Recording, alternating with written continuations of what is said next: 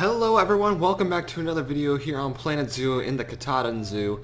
We are going to get into things today. As you can see, we have a pupper as part of our wolf exhibit, and they're happy. However, I went through a few wolves already.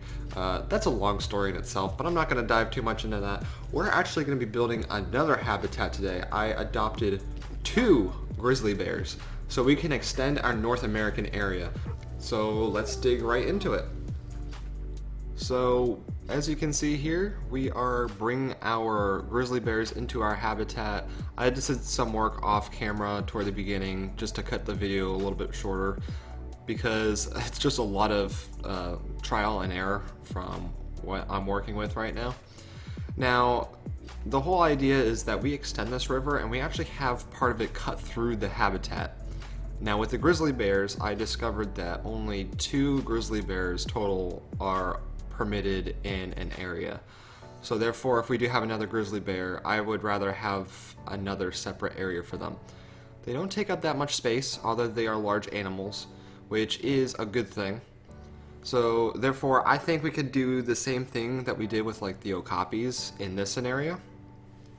So just a few things about what this video is going to cover is we're going to basically fix up the path here along with editing our little keeper's hut for this area.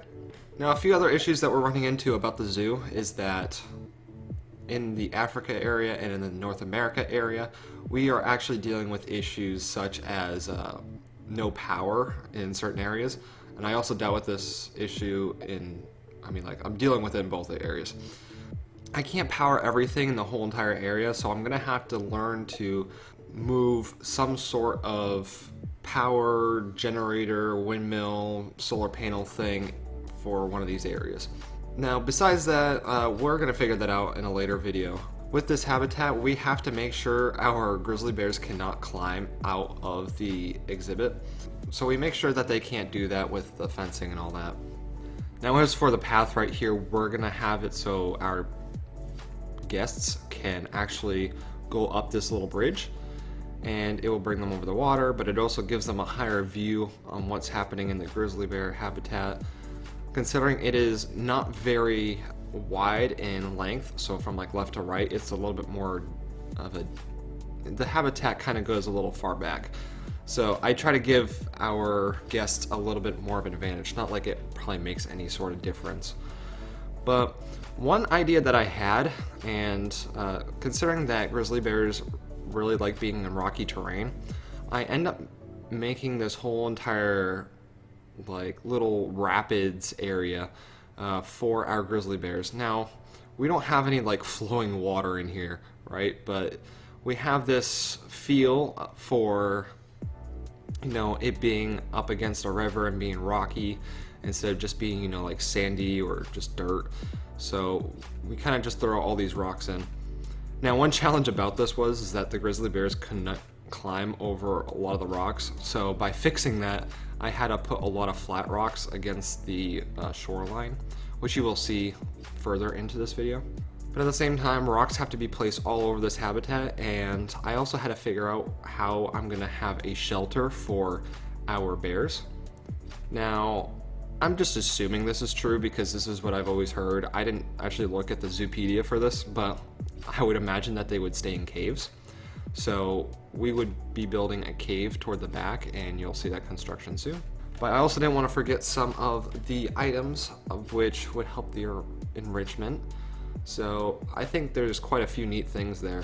And as for another thing, like we also have to provide food and water. This is our only habitat so far where there's not a pipe or, you know, some sort of water dish for them. And sorry for, there's a quick jump around here in the edit because I dealt with an issue with like all my animals at that point in time. So that was interesting. All my animals got boxed up after I like moved a grizzly bear, and that was just a whole complicated issue. But right here we are building the cave for our wonderful grizzly bears, and we dealt with some terrain issues and they wouldn't actually sleep in there. So I believe I did it off camera where I actually had to flatten out the terrain a little bit, delete the water, and remove the barrier in the, or sorry, yeah, the barrier, the habitat barrier. And then it screwed up like the water level and all that, and then the water wouldn't line up with the rocks and stuff the way they were supposed to, so I had to go back and fix all of it. It was a huge issue, and it was really painful. But we make sure we put enough foliage in here. But another thing too is that grizzly bears can climb. So I don't know if they can actually climb the trees in this game. I haven't tested it out, I haven't researched it myself, or figure that out just in general. So I make sure the trees don't, like there's not a bunch of big trees up against the fences. As for the bridge outside of here, we're gonna start diving into a little bit more of the management for our guests over here. Now, nothing too special, but that bridge that was over by the small little overlook for our warthogs, I just copied and pasted the same design to the bridge itself. And one big issue when I came to this was that every time I had to like duplicate it, it just took a much longer time because they were already in like scenery groups when I didn't want them to be. So it was just a long, tedious task, but it still looked better. And you'll see later that I actually go around and see what I can use for a better ground path for this elevated path. So right now it's being used with an asphalt path. I end up using this like wooden one.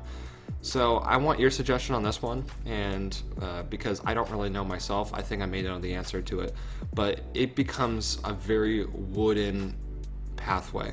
But at the same time, I don't want to continuously use the same path all over the zoo, because that's all asphalt. There's no really variation in path structure, so we got to make it a little bit unique in some sort of sense. Now you will see that at some point that I actually try to use some special effects in here, like the water special effects to mimic like rapids or something near the water. I actually end up putting that in, and then I end up taking them out after recording, just because I did deal with that water issue and then it just didn't look quite right, so I took that out. Now another thing too is that I think I'm going to dedicate an episode later on solely for decorating certain areas of the park, like little areas, and just trying to bring out certain areas out of the park. So in a lot of areas I have these paths that go next to each other, and they kind of have just this dead space of grass in the middle, like near that wolf habitat, and kind of like everywhere else in the park. So I gotta figure out what to do with that. Plus, I want to kind of take away the curb from most of the ground paths for our zoo, but at the same time, like up near the near like the habitat walls and windows and stuff, I don't know how I would want to merge the path in with like some sort of ground curb. I may just have to do it manually. I don't know yet. But there's a lot of things to figure out still, and I of course edit it, so oh yeah, and of course I need to edit this building here because you know what, we're already finished with this little area. There's only 2 habitats here. Since there's only 2 habitats, I only need 1 keeper's hut, and there's only 2 staff that manage these 2 habitats as well. So I fixed up the path a little bit, and I also fixed up this building a little bit. It's nothing too special. It still has a modern look to it. Just, I mean, like nobody else is gonna see it, so I thought I could put like a planter next to it, like my own little custom planter for like put some sort of plant in there, but it wasn't necessary because 1, the path was a little bit funky in its shape, and 2, nobody else is gonna see it as for guests, so I just took it away. But as for the path, like for the staff paths, I really wish that there was a natural staff path.